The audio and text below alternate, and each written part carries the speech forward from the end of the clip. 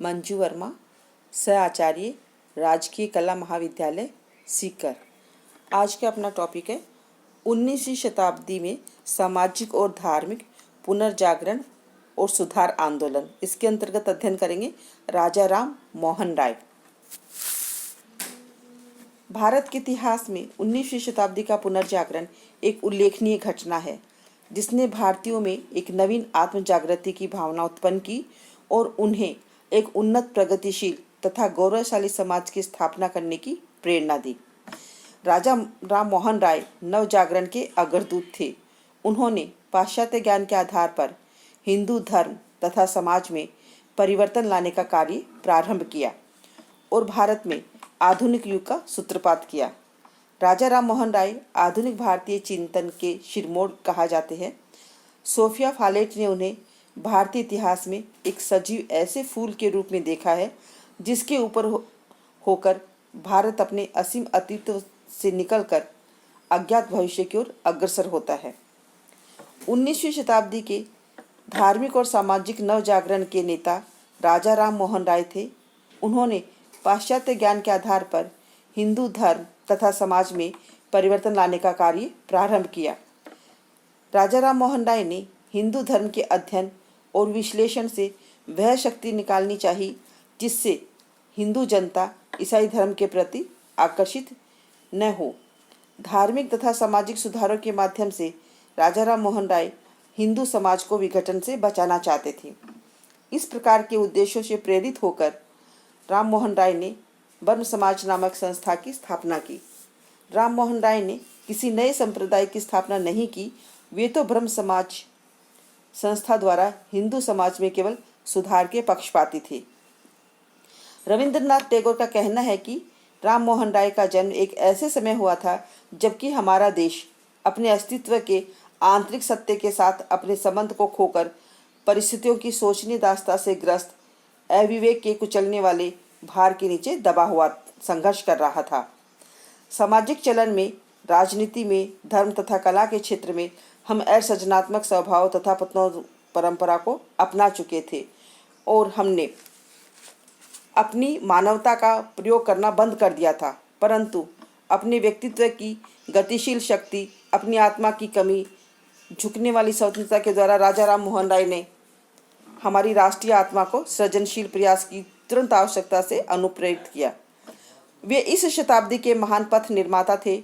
उन्होंने उन भारी बाधाओं को हटाया जो कि प्रत्येक पग पर हमारी प्रगति को रोकती थी और उन्होंने हमको मानवता के विश्वव्यापी सहयोग के वर्तमान युग में प्रवेश करवाया। राम मोहन राय ने सामाजिक तथा धार्मिक सुधार के लिए आंदोलन चलाकर भारत में एक नवीन युग का सूत्रपात किया। वे आधुनिक भारत के प्रथम विचारक थे जिन्होंने बौद्धिक आधार पर सामाजिक तथा धार्मिक सुधारों पर बल दिया। सुभाष चंद्र बोस के अनुसार राम मोहन राय भारत में नव चेतना के अग्रदूत तथा दूत थे, प्रवर्तक थे। जीवन परिचय। राम मोहन राय, जिन्हें भारतीय इतिहास में विशेषकर बंगाल में आधुनिक युग का अग्रदाता माना जाता है, हेगल के समकालीन थे और जब फ्रांस की राज्य क्रांति प्रारंभ हुई उस समय उनकी आयु 17 वर्ष की थी। राम मोहन राय का जन्म 22 मई 1772 ईस्वी को बंगाल के राधानगर नामक गांव में हुआ। कम आयु में ही यानी 12 वर्ष की आयु में ही उन्होंने अरबी और फारसी भाषाओं का गहन अध्ययन और विस्तृत ज्ञान प्राप्त कर लिया था। वे सादी तथा हाफिज जैसे सूफी कवियों की रचनाओं से परिचित हो गए थे। उनके प्रभाव के फलस्वरूप वे मूर्ति पूजा के कटु आलोचक बन गए थे। 16-17 वर्ष की अवस्था में मूर्ति पूजा के विरोध में एक निबंध लिखा, जिसमें पिता पुत्र के बीच मनमुटाव बढ़ गया और उन्हें राम मोहन राय को घर छोड़ देने पर बाध्य होना पड़ा। इस अवधि में वे तिब्बत भी गए, जहां उन्होंने बौद्ध धर्म का अध्ययन किया। 1803 में उन्होंने फारसी भाषा में तहफत उल मुहाइन नामक एक पुस्तक लिखी, जिसमें उन्होंने मूर्ति पूजा का तीव्र विरोध किया। एकेश्वरवाद तथा विश्व धर्म की आवश्यकता पर बल दिया। एकेश्वरवाद का समर्थन करते हुए उन्होंने सब धर्मों की एकता का प्रतिपादन किया तथा सबके आधार पर विश्व धर्म की आवश्यकता पर बल दिया। राजा साहब सन 1805 से 1814 तक ईस्ट इंडिया कंपनी में एक अधिकारी के रूप में जाने गए थे। जॉन दिग्बी के संपर्क में रहे। जॉन दिग्बी के अंतर्गत वे रंगपुर के दीवान के पद पर नियुक्त हुए। रंगपुर में राम मोहन राय का संपर्क अनेक प्रभावशाली व्यक्तियों से हुआ। रंगपुर में उनके निवास स्थान पर आपसी विचार विमर्श के लिए सभी धर्म वालों की बैठकें आयोजित की जाती थी, जिसमें वेदांत, इस्लाम, जैन, ईसाई आदि धर्मों के विषय में खुलकर चर्चा होती थी। राजा साहब को धार्मिक विषयों और सिद्धांतों पर यही आत्मचिंतन करने का अच्छा अवसर मिला। तत्कालीन भारतीय धर्म का शायद कोई ऐसा पक्ष था जिसे राजा साहब की जानकारी न हुई हो। भाषा की जानकारी भी राजा साहब की विशेष उपलब्धि थी। 1814 में राजा साहब की सेवानिवृत्त होकर कलकत्ता में बस गए। कलकत्ता उन दिनों कंपनी प्रशासन की राजधानी थी। यहीं पर राजा साहब का संपर्क अंग्रेजी पढ़े लिखे भारतीयों से हुआ। वे पाश्चात्य की नवीन चेतना तथा बुद्धिवादी से प्रभावित थे। इस वर्ग की मानसिक स्थिति का जायजा लेकर राजा साहब ने सन 1815 में एक संस्था आत्मीय सभा की स्थापना की, जिसके तत्वाधान में सप्ताह में एक बार बैठक होती थी तथा जिसमें अद्वैतवादी धार्मिक सिद्धांतों का प्रचार किया जाता था। 1818 में उन्होंने सती प्रथा के उन्मूलन के लिए विख्यात आंदोलन प्रारंभ किया और 1829 में तत्कालीन governor general Lord William Bentinck के विनिमय सत्रा के अंतर्गत सती प्रथा को अवैध घोषित कर दिया। ईस्ट इंडिया कंपनी के 1829 के वर्ष में भारत के सामाजिक इतिहास में एक महत्वपूर्ण युग परिवर्तनकारी वर्ष माना जा सकता है। निसंदेह राम मोहन राय ने हिंदू स्त्रियों की सती की कुत्सित प्रथा से मुक्त करने के लिए धर्मयुद्ध चलाकर अमर कीर्ति प्राप्त की।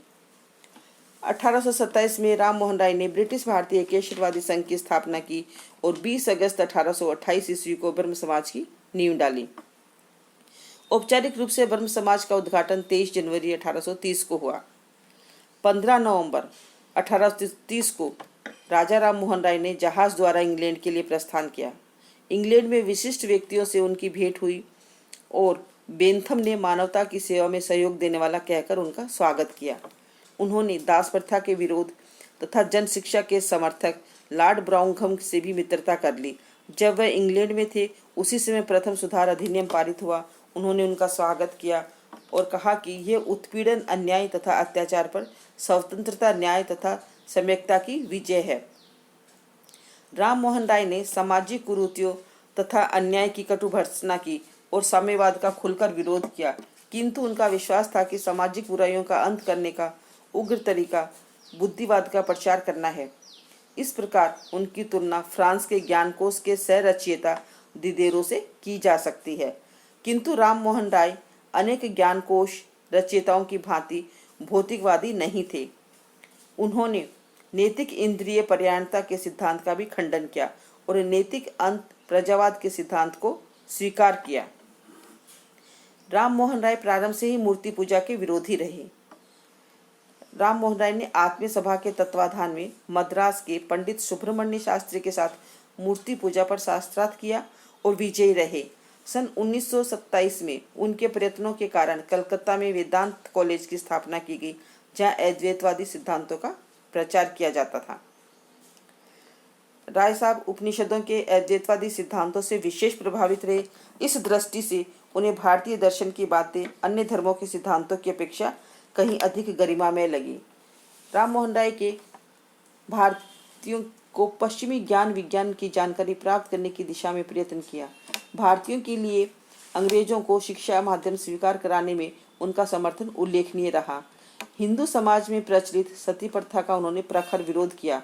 राम मोहन राय के प्रयत्नों के कारण लॉर्ड विलियम बेंटिंग ने सन 1829 में सती प्रथा को कानूनबद्ध करवा दिया। उनके द्वारा अद्वैतवादी सिद्धांतों के प्रचार के लिए ब्रह्म समाज नामक संस्था की स्थापना की गई। ब्रह्म समाज 2 वर्षों के बाद वे विख्यात हो गए और विलायत गए और वहीं ब्रिस्टल में 27 सितंबर 1873 ईस्वी में उनका देहांत हो गया।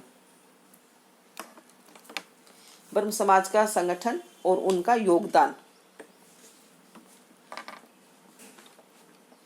संख्या में कम होते हुए ब्रह्म समाज वाले सारे देश में फैल गए थे। पहली बार मध्यम वर्गीय बुद्धिजीवी वर्ग के प्रतिनिधियों के द्वारा एक आधुनिक धार्मिक आंदोलन चलाया गया और उसमें सारे भारत में अपने अनुयायियों को एक सूत्र में बांधने का प्रयत्न किया गया। ब्रह्म समाज 19वीं शताब्दी के सुधारों की पहली किस्त थी।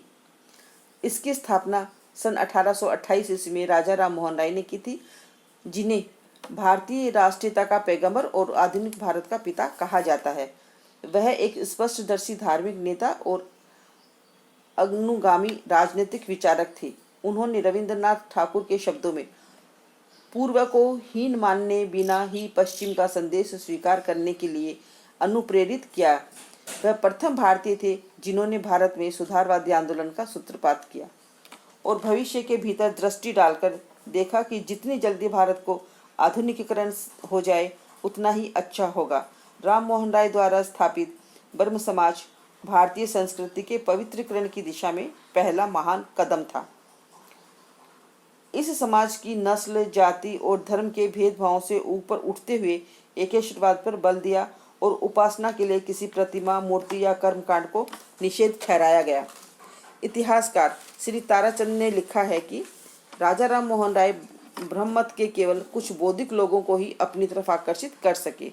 उनका ईश्वरवाद, बुद्धिवाद, सामाजिक और राजनीतिक मामलों में उदार रुख, विचार तथा कार्यों में मध्ययुगीनता तथा दक्यानुशनी का निराकरण और धर्मनिरपेक्षता ऐसी बातें थी जिसे लोग आसानी से नहीं पचा सकते थे। राम मोहन राय ने एक संस्था यूनिटेरिस मिशन की स्थापना की, जिसका उद्देश्य एक स्थान पर एकत्र होकर धार्मिक विषयों एवं सिद्धांतों पर चिंतन करना था। यूनिटेरियस मिशन संभवतः आत्मीय सभा का अंग्रेजी रूप था। सभी धर्मों के लोग शामिल हो सकते थे। यूनिटेरियस मिशन स्पष्ट लक्ष्य तथा निश्चित कार्य प्रणाली के न होने के कारण असफल रहा। ऐसी स्थिति में दूसरे विकल्प को आवश्यकता पड़ी जो धार्मिक जागरण और दृढ़ आधार प्रस्तुत कर सके। राम मोहन राय के दो अन्य सहयोगी ताराचंद्र और चंद्रशेखर देव ने भी इस आवश्यकता पर बल दिया तथा उनसे आग्रह किया कि एकेश्वरवाद उपासना के लिए कुछ बातें निश्चित की जाए। इस पर राम मोहन राय ने अपने साथियों की एक सभा बुलाकर विचार विमर्श किया तथा 20 अगस्त 1828 ईस्वी को ब्रह्म समाज की स्थापना की। इस संस्था के सचिव ताराचंद चक्रवर्ती नियुक्त हुए तथा प्रत्येक शनिवार को साई समाज की बैठक करने का कार्यक्रम रखा गया। 1833 में राम मोहन राय की मृत्यु के बाद लगभग एक दशक तक ब्रह्म समाज के प्रभाव में निष्क्रियता छाई रही।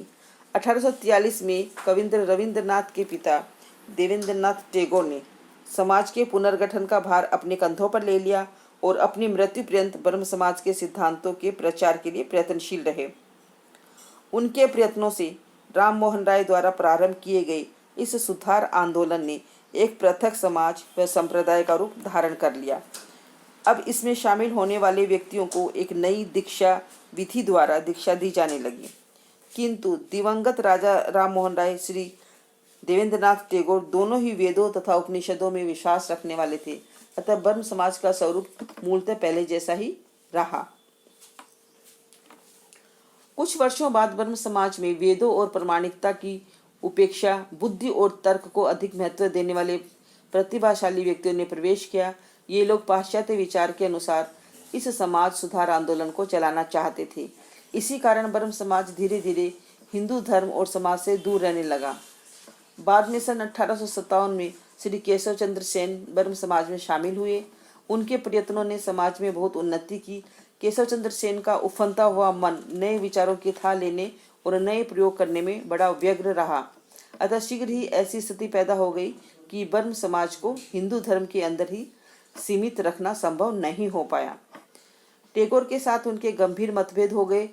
श्री सेन ईसाई धर्म से प्रभावित थे और अंतरजातीय विवाह तथा विधवा विवाह के समर्थक थे। इस मतभेद के कारण ब्रह्म समाज दो दलों में विभक्त हो गया। श्री सेन ने एक अलग समाज का गठन किया जो भारतीय ब्रह्म समाज कहलाया 1866 ईस्वी में। कुछ वर्षों पश्चात इसमें भी दो दल हो गए, एक तो श्री सेन का अनुयायी और दूसरा उनका विरोधी। सन 1878 में श्री सेन के विरोधियों ने एक नवीन संगठन की स्थापना की जो साधारण ब्रह्म समाज कहलाया। इस प्रकार ब्रह्म समाज की 3 शाखाएं हो गई। आजकल जो ब्रह्म समाजी हैं वे अधिकांशतः साधारण ब्रह्म समाज की शाखा के हैं। ब्रह्म समाज ने सामाजिक सुधारों के क्षेत्र में महत्वपूर्ण भूमिका अदा की। इसमें बाल विवाह का विरोध किया, विधवा विवाह का समर्थन, कन्या तथा वर विक्रय, कन्यावध, सती प्रथा आदि सामाजिक दोषों के विरुद्ध ब्रह्म समाज ने एक प्रबल आंदोलन खड़ा कर दिया। ब्रह्म समाज के नैतिक आंदोलन के कारण ही 1829 में सती प्रथा के विरुद्ध कानून पास हो गया था। इस समाज ने हिंदू जाति में प्रचलित छुआछूत तथा अस्पृश्यता को दूर करने का बड़ा प्रयत्न किया और समता के सिद्धांत का प्रतिपादन करके लाखों लोगों को ईसाई धर्म अपनाने से रोका। जाति पाति को तोड़कर अंतरजातीय विवाह का समर्थन किया गया। ईश्वर चंद्र विद्यासागर ने बंगाल की समाज के आधुनिकीकरण के समाज सुधार के कुछ महत्वपूर्ण कार्य और सुझाए। विभिन्न सामाजिक बुराइयों पर हमला बोला। उनके द्वारा कतिपय दूसरे प्रभावशाली लोगों के प्रयत्नों के फलस्वरूप विधानसभा में 1855 में एक अधिनियम पारित किया, जिसके अंतर्गत हिंदू विधवाओं का विवाह का कानूनी करार दिया गया। स्त्रियों की स्वतंत्रता के लिए उन्होंने डिक वाटर बेंथुन के द्वारा मिलकर स्त्रियों के लिए बेंथुन कॉलेज तथा अन्य शिक्षालयों की स्थापना की। ब्रह्म समाज ने हिंदू जाति की विभिन्न सामाजिक बुराइयों पर कठोर प्रहार करते हुए उसमें नव चेतना का शंख फूंका। ब्रह्म समाज में मूर्ति पूजा, अनेकेश्वरवाद एवं जातियों की कट्टरता के विरुद्ध आवाज उठाई।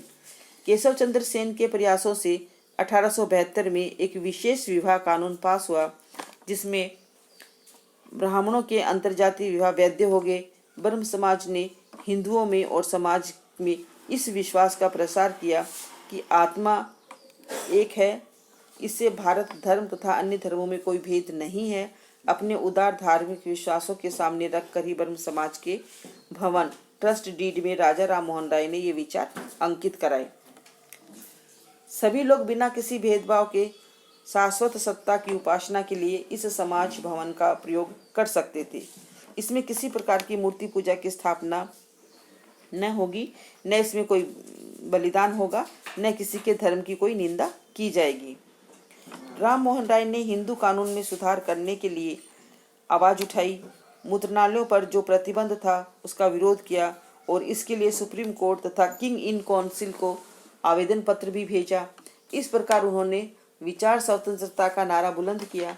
उन्होंने भारतीयों को शासन तथा सेना में सम्मिलित करने पर जोर दिया तथा न्यायालयों में फारसी की जगह अंग्रेजी भाषा के प्रतिपादन का पक्ष लिया। कलकत्ता हिंदू कॉलेज उन्हीं के सक्रिय सहयोग से 1819 में खुल सका। राम मोहन राय के द्वारा चलाए गए विचार स्वतंत्रता के आंदोलन के कारण ही 1835 में सर चार्ल्स मेटकॉफ ने समाचार पत्रों पर रोक लगाया, सारा प्रतिबंध हटा दिया। राम मोहन राय किसानों के कट्टर समर्थक थे, इसलिए उन्होंने यह मांग की कि किसानों द्वारा दी जाने वाली मालगुजारी निश्चित कर देनी चाहिए। राम मोहन राय एवं अन्य ब्रह्म समाजी नेताओं के नेतृत्व में ब्रह्म समाज ने भारतीयों में नई चेतना जागृत की और देश को राष्ट्रीयता के विकास पथ पर आगे बढ़ाया।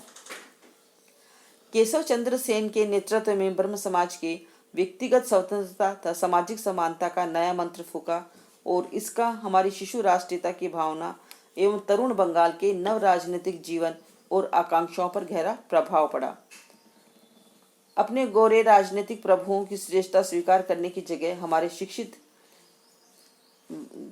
देशवासियों की एक नई आत्मविश्वास के चिन्ह दृष्टिगोचर हुए। सुधार आंदोलन के एक प्रमुख नेता राजनारायण बोस ने राष्ट्रीय भावना उन्नति समाज की स्थापना की, जिसका प्रधान उद्देश्य यह था कि युवकों का भारतीय व्यायाम के माध्यम से स्वशासन सुधार किया जाए तथा स्कूलों के जरिए हिंदू संगठित व चिकित्सा शास्त्र, संस्कृत भाषा तथा प्राचीन विद्या का विकास हो। श्री बोस के प्रयत्न रहा कि विदेशी तौर तरीके और विदेशी भाषा के स्थान पर भारतीय तौर तरीके और भाषाओं का अधिकाधिक प्रसार हो। उन्होंने भारतीयकरण के अपने आंदोलन को लोकप्रिय बनाने की भरपूर चेष्टा की और 1867 में हिंदू मेला तथा राष्ट्रीय समाज की स्थापना की। ब्रह्म समाज में चाहे संख्या की दृष्टि से कोई सराहनीय कार्य या सफलता नहीं पाई हो, तथापि समाज सुधार के आंदोलन में उनका प्रभाव बहुत अधिक रहा तथा देशभक्ति की भावना को उत्पन्न करने में, राष्ट्रीयता का प्रसार करने में उसने प्रमुख भूमिका अदा की। यह वास्तव में दुर्भाग्य की बात है कि कालांतर में ब्रह्म समाज के नेताओं में मतभेद बढ़ जाने से इसके प्रभाव को गहरी ठेस पहुंची। नवीन संस्थाओं का जन्म हुआ। उन्होंने यद्यपि भारतीय राष्ट्रीय कांग्रेस को बड़े बड़े नेता प्रदान किए, लेकिन जो धीरे धीरे केवल अंग्रेजी पढ़े लिखे लोगों की गोष्ठियां बनाकर रह गई थी, उनके सदस्यों को जनता में कोई संपर्क न हो पाया। हिंदू धर्म के मौलिक और शुद्ध रूप की पैरवी करते हुए उन्होंने भ्रष्टाचार और अमानवीय रिवाजों की मोटी दीवारों पर बहुत जबरदस्त हमला कर दिया, जो हास की शताब्दियों के दौरान धर्म के गढ़ के चारों ओर खड़ी हो गई थी और जिन्हें कबीर, नानक, दादू तथा दूसरों ने साहस के साथ तोड़ डालने की कोशिश की थी।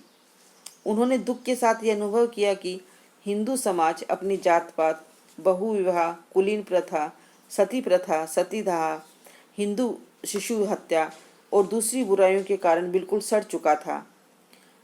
आचार बहुत ही गिरा हुआ था।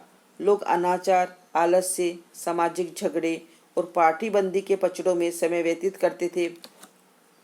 देश भर में अज्ञान और कुसंस्कार का बोलबाला था। देश में अंधकार फैला हुआ था और किसी भी आदमी को पता नहीं था कि ये अंधकार कब और कैसे दूर हो सकता है। राम मोहन राय ने कलकत्ता में जो 15 साल व्यतीत किए, उसके दौरान उन्होंने बहुत तेजी से जो काम किया, उससे समाज में एक असाधारण खमीर पैदा हो गया, जो गर्म तथा नरम आंदोलन के द्वार के साथ मिलकर मध्यम वर्ग के, विशेषकर शिक्षित वर्गों के रुख में बहुत बड़ा परिवर्तन ला सका। रूढ़िवादी मध्ययुगीन दृष्टिकोण की जगह पर चिंतन तथा कार्य में एक नई चेतना जागी। मोहन राय के द्वारा चलाए गए सर्वोत्तमुखी आंदोलन के कारण ही यह परिवर्तन आया। राष्ट्रीय जीवन का शायद ही कोई ऐसा पहलू था जिन्होंने उन्हें प्रभावित न किया हो। राम मोहन राय कोई रीतिबद्ध दार्शनिक नहीं थे और उन्होंने आध्यात्मिक अंतर्दृष्टि और बौद्धिक तार्किकता को समन्वय प्रस्तुत किया।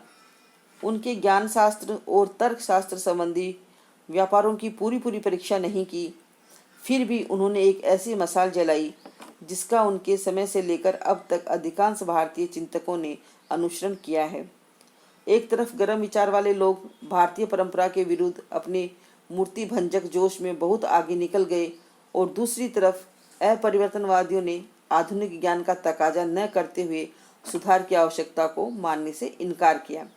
परंतु राम मोहन राय ने एक ऐसा समाधान सुझाया जिसमें भारतीय संस्कृति के विशिष्ट दान को अव्यवहार करते हुए चिंतन की प्राचीन स्वतंत्रता के पक्ष के साथ उन्होंने पाश्चात्य युक्तिवादी चिंतन की एक करके देखने की चेष्टा की। राम मोहन राय के शतवार्षिक उत्सव के अवसर पर उनकी प्रशंसा करते हुए रविंद्रनाथ ठाकुर ने कहा था, राम मोहन राय हमारे इतिहास के आधुनिक युग के उषा काल में प्रकट हुए, जबकि भारतीय और विदेशियों के बीच भेद की चेतना बहुत कम थी। फिर भी इस प्रारंभिक युग में ही उन्होंने ये समझ लिया कि उनके युग की चुनौती एकता की महान चुनौती है। उन्होंने ज्ञान की ज्योति से आलोकित अपने विशाल हृदय में यह आविष्कार किया कि उसमें सब धर्मों के लिए, यानी हिंदुओं, मुसलमान, ईसाई के लिए यथेष्ट स्थान है। वास्तव में उनका हृदय भारत का हृदय था, क्योंकि उनमें भारत के सत्य जगमगा रहा था। वह केवल उसी को भारतीय नाम के योग्य मानते थे जो सब धर्मों के लोगों को समान दृष्टिकोण से देखता हो। ये दुर्भाग्य की बात है कि राजनीतिक परिस्थितियां और सांस्कृतिक गतिविधियों ने एकता के लिए एक आंदोलन की वृद्धि को रोक दिया और देश में पृथकतावादी प्रवृत्ति बढ़ती चली गई। डॉक्टर सीताराम शर्मा का कथन है कि राजा राम मोहन राय का उद्देश्य हिंदू समाज में इस प्रकार का परिवर्तन लाना था जिससे हिंदू लोग ईसाईयत के प्रखर प्रचार में दिग्भ्रमित न हो। वे किसी धर्म के प्रवर्तक नहीं थे और न किसी संप्रदाय के उपदेष्टा थे। वे तो हिंदू रहकर हिंदू समाज तथा धर्म में सुधार के पक्षपाती थे। ब्रह्म समाज के माध्यम से उन्होंने ईसाई धर्म प्रचारकों को हिंदू धर्म की निंदा करने से रोका तथा हिंदू धर्म को भी रूढ़ियों से मुक्त करने का प्रयत्न किया। हेमचंद्र के अनुसार सरकार का कथन है कि सच्चा हिंदू धर्म सच्चा इस्लाम तथा सच्चा ईसाई धर्म राम मोहन राय के हार्दिक धार्मिक विश्वास के बहुत निकट थे। वे हिंदू धर्म में कभी विमुख नहीं हुए, परंतु उनकी मूल विशुद्धता को पुनः प्रतिष्ठित करने का प्रयास निरंतर करते रहे। नेक्स्ट है राजा राम मोहन राय के सामाजिक विचार, ये अगले व्याख्यान में बताया जाएगा।